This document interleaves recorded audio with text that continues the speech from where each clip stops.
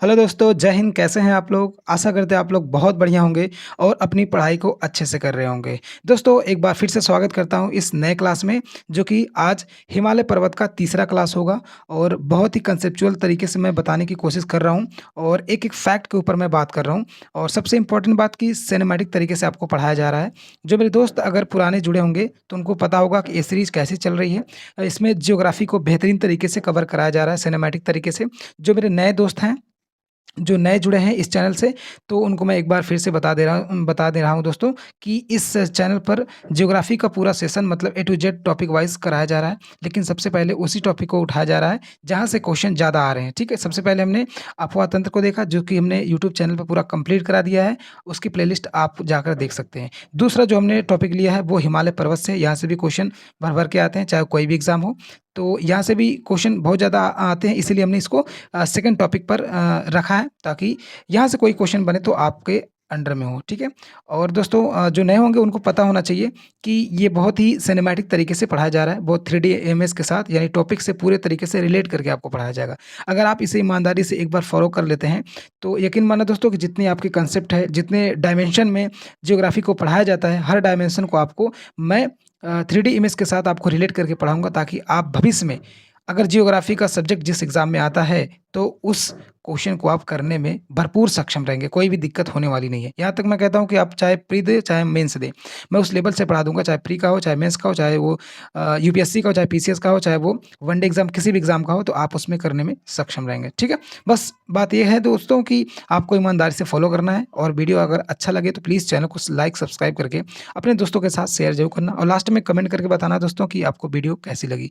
और एक इम्पॉर्टेंट बात दोस्तों, अगर किसी दोस्त को ये नोट्स चाहिए तो वो Shiva GS academy Telegram channel join कर ले। वहाँ पर ये जो क्लास नोट्स हैं वहाँ पर प्रोवाइड किए जा रहे हैं। ठीक है दोस्तों?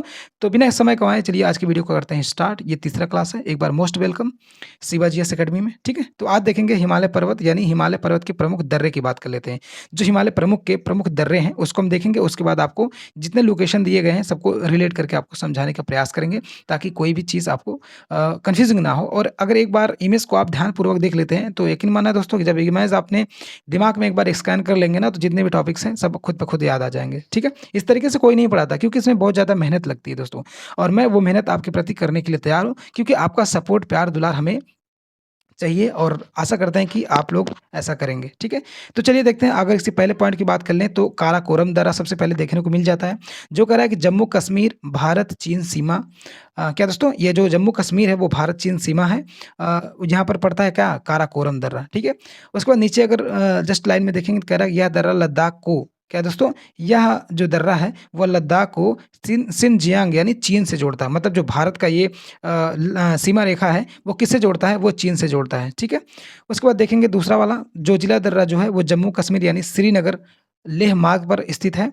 यह दर्रा कश्मीर घाटी को लद्दाख से जोड़ता है। क्या दोस्तों? ये जो जोजिला दर्रा है ये जो कश्मीर घाटी को क्या किससे जोड़ता है? लद्दाख से जोड़ता है, ठीक है? I think clear. अगर थर्ड पॉइंट की बात कर ले तो नाथुला दर्रा की बात कर ले तो नाथुला सिक्किम में पड़ता है, ठीक है? नाथुला दर्रा जो है सिक्किम में पड़ता है, ये भारत और चीन की सीमा ये भी बनाता है। सिक्किम हम आप देखते हैं दोस्तों कि नाक की तरह उभरा हुआ है, मैप में देखेंगे आप इंडियन मैप में तो दिखाई देगा। तो वो किसका, वो भारत और चीन की सीमा को एक दूसरे से लिंक करता है, ठीक है? अगर उसकी बात करें उसके नीचे तो कह रहा है कि यह दर्रा सिक्किम को तिब्बत यानी चीन से जोड़ता है। जी हाँ, बिल्कुल सही बात है।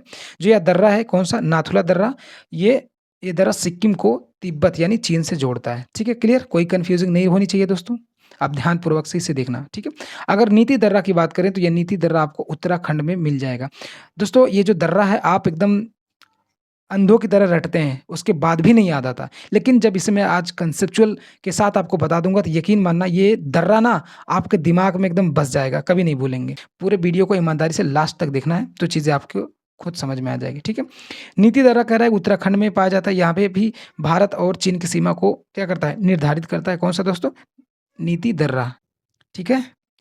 उसके बाद आगे कह रहा है कि यह दर्रा उत्तराखंड को तिब्बत चीन से जोड़ता है। यहाँ पर कोई कन्फ्यूजिंग नहीं होनी चाहिए, ठीक है? आगे चलते हैं, कह रहा है सिपकिला दर्रा। क्या दोस्तों? सिपकिला दर्रा हिमाचल प्रदेश के किन्नौर, क्या दोस्तों? हिमाचल प्रदेश के किन्नौर क्षेत्र में पाया जाता है। यह दर्रा भारत को तिब्बत से यानी चीन से जोड़ता है। मतलब जितने भी ये दर्रे हैं, इसमें लगभग सब चीन के बॉर्डर पे हैं। तो आप इसको ऐसे भी याद कर सकते हैं कि मतलब जो है, जो ये आपको काराकोरम, जोजिला और नाथुला, नीति यानी शिप्किला, जो ये सब दर्रे हैं, ये आपको सीधे भारत के जो एंडिंग पॉइंट है, मतलब लास्ट जो सीमा है, जो चीन की तरफ का क्षेत्र है, वहाँ से आपको ये लिंक कर रहा है। मतलब भारत और चीन की सीमा को लिंक कर रहा है, तो ये चीज़ आपको भूलना नहीं है, ठीक है?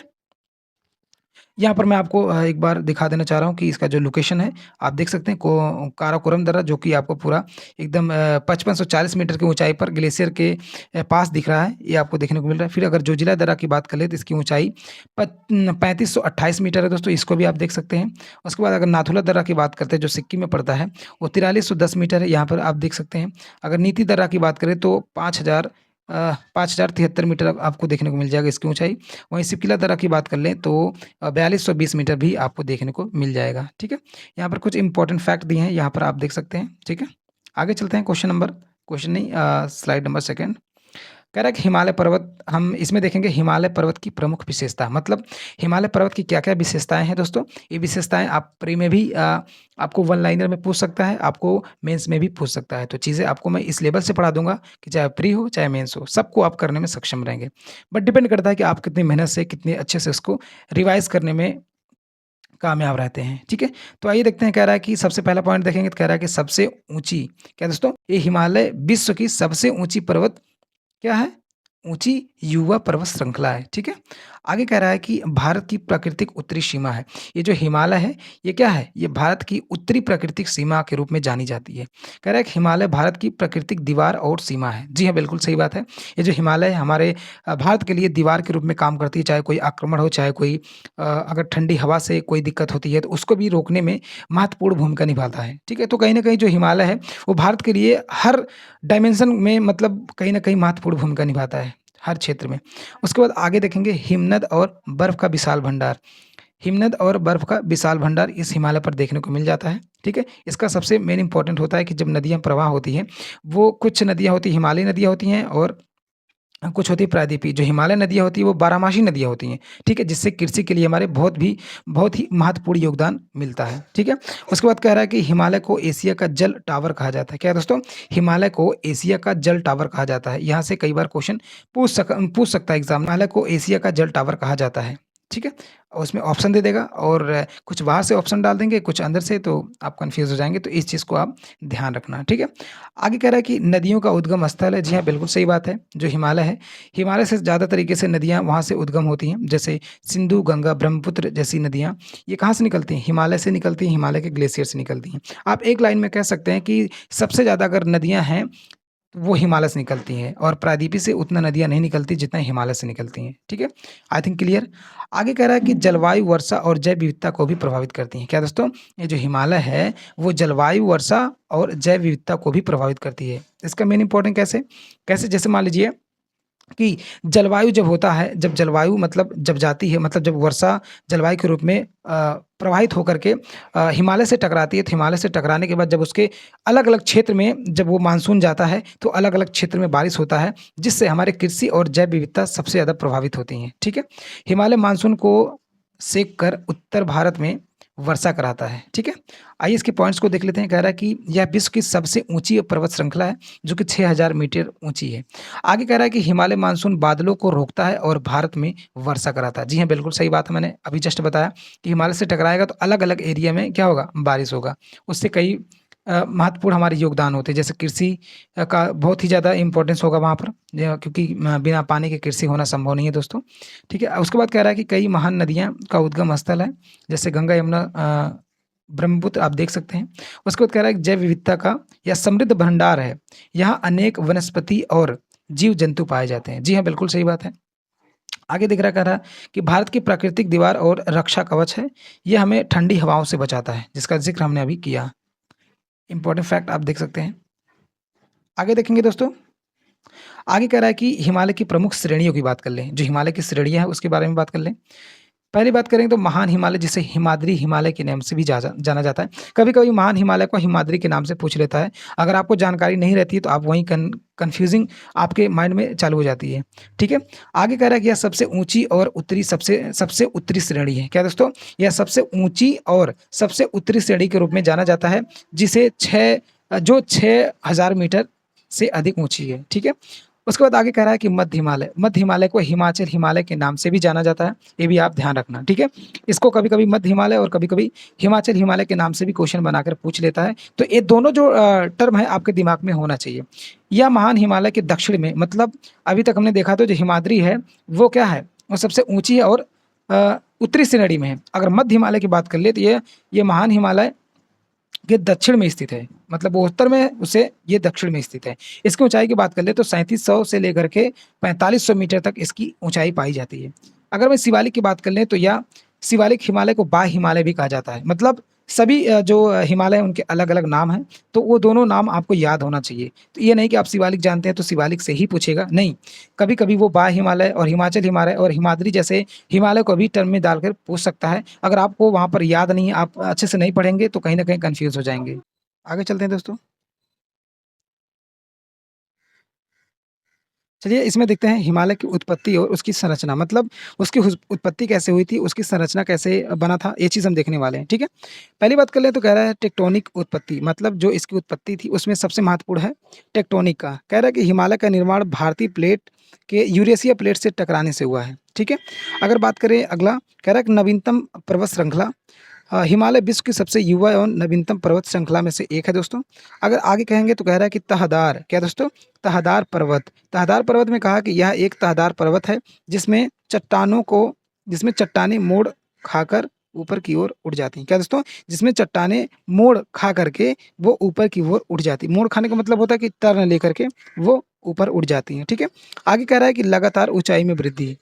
आगे कह रहा है कि हिमालय की ऊँचाई आज भी बढ़ रही है। क्या दोस्तों? यह प्रक्रिया आज भी जारी है। ये 2024 का आपको आरओ में देखेंगे पीवाईक्यू, तो ये डायरेक्ट क्वेश्चन यही लाइन था जो पूछा गया था और कई लोग इसमें गलत कर दिए थे, ठीक है? आप इम्पोर्टेंट पॉइंट्स देख सकते हैं। आगे कह रहा है हिमालय का महत्व क्या है दोस्तों? इसको आप मेंस में भी डायरेक्ट यूज़ कर सकते हैं और यहाँ से प्री में भी क्वेश्चन पूछा जा सकता है, ठीक है? कह रहा है पहला कि जलवायु का संरक्षक, क्या दोस्तों? यहाँ ठंडी हवाओं को रोककर भारत की जलवायु को समशीतोष्ण बनाए रखता है। कौन-सा? वो हिमालय पर्वत, ठीक है? अगर दूसरी बात करें तो कह रहा है कि नदियों का उद्गम स्थल जैसे गंगा, यमुना, ब्रह्मपुत्र, सिंधु जैसी अनेक बड़ी नदियाँ यहीं से निकलती हैं। जी हाँ, बिल्कुल सही बात है। अगर आगे कह रहा है कि प्राकृतिक संसाधनों का भंडार, क्या दोस्तों? यहाँ प्राकृतिक संसाधनों का भंडार देखने को मिलता है, जैसे या क्षेत्र की बात कर लें तो इसमें कह रहा है कि वनों, औषधि, पौधों, खनिजों और जैव विविधता से भरपूर है। क्या दोस्तों? प्राकृतिक संसाधन का मतलब होता है कि यहाँ पर वन ज़्यादा पाए जाते हैं। वनों में देखेंगे तो कुछ ऐसी औषधि होती हैं जो कि चिकित्सा के लिए बहुत ज़्यादा उपयोगी होती हैं, ठीक है? खनिज का भंडार भी आपको देखने को मिल जाता है और जैव विविधता से भी भरपूर होता है, ठीक है? आगे देखते हैं, आगे कह रहा है कि मिट्टी और कृषि के लिए लाभकारी होती हैं। क्या दोस्तों? मिट्टी और कृषि के लिए लाभकारी होती हैं, इसको भी आपको ध्यान रखना है, ठीक है? कह रहा है कि हिमालय से आने वाली नदियाँ की जलोढ़ मिट्टियाँ, क्या दोस्तों? हिमालय से आने वाली जो नदियाँ होती हैं वो जलोढ़ मिट्टी मैदानी क्षेत्रों को अत्यंत उपजाऊ बनाती हैं। जी, बिल्कुल सही बात है। अगर कोई भी जो नदी बहाव लेकर आती है, अपने अवसादों को लेकर आती है, वो कहीं न कहीं कृषि के लिए बहुत ज़्यादा उपयोगी होती है दोस्तों, ठीक है? ये मैं इसीलिए कह रहा हूँ ताकि आप प्री और मेंस दोनों में आपका ये काम आ सके, ठीक है? इसको आप ध्यान रखना, यानी प्री मेंस दोनों के लेवल से पढ़ेंगे तो चीज़ें आपको आसान हो जाएगी, ठीक है? तो दोस्तों आज की क्लास हम यहीं पे करते हैं समाप्त, क्योंकि हमने काफ़ी इम्पोर्टेंट हेडिंग देखा है। अभी हमारे कम से कम 2 से 3 क्लास और आएँगी, जिसमें हम हिमालय पर्वत को, उसके हर डायमेंशन को बारी-बारी करके हम कवर कर लेंगे। एक बार कवर कर लेंगे तो आप यहाँ से कोई किसी भी टाइप का क्वेश्चन बनाएगा, कोई भी एग्ज़ाम के लिए, तो उसे करने में आप सक्षम रहेंगे, ठीक है? लेकिन आपको इसे ईमानदारी से फ़ॉलो करना होगा, तभी चीज़ें आपको समझ में आएगी, ठीक है? अगर ये आप करेंगे कि आधा क्लास देखे, आधा क्लास छोड़ देते हैं, तो कहीं न कहीं आप दिक्कत में पड़ जाएँगे फिर, ठीक है? तो दोस्तों कल की वीडियो भी मिस मत करना। जितना इम्पोर्टेंट आज की वीडियो है, उतना ही इम्पोर्टेंट कल की वीडियो रहेगी, ठीक है? तो आप अगर इस सीरीज़ को देख रहे हैं तो पूरा देखेंगे दोस्तों, तभी लाभ होगा और इस तरीके से कोई नहीं पढ़ाता होगा जिस तरीके से मैं पढ़ा रहा हूँ, ठीक है? तो उम्मीद करते हैं आपको वीडियो पसंद आई होगी और जिस दोस्त को ये वीडियो पसंद आई होगी, प्लीज़ वीडियो को लाइक करके चैनल को सब्सक्राइब कर देना और अपने दोस्तों के साथ शेयर ज़रूर करना, ठीक है दोस्तों? तो आज यहीं पे करते हैं स्टॉप, कल फिर से मिलते हैं नए सेशन में, तब तक के लिए जय हिंद, वंदे मातरम।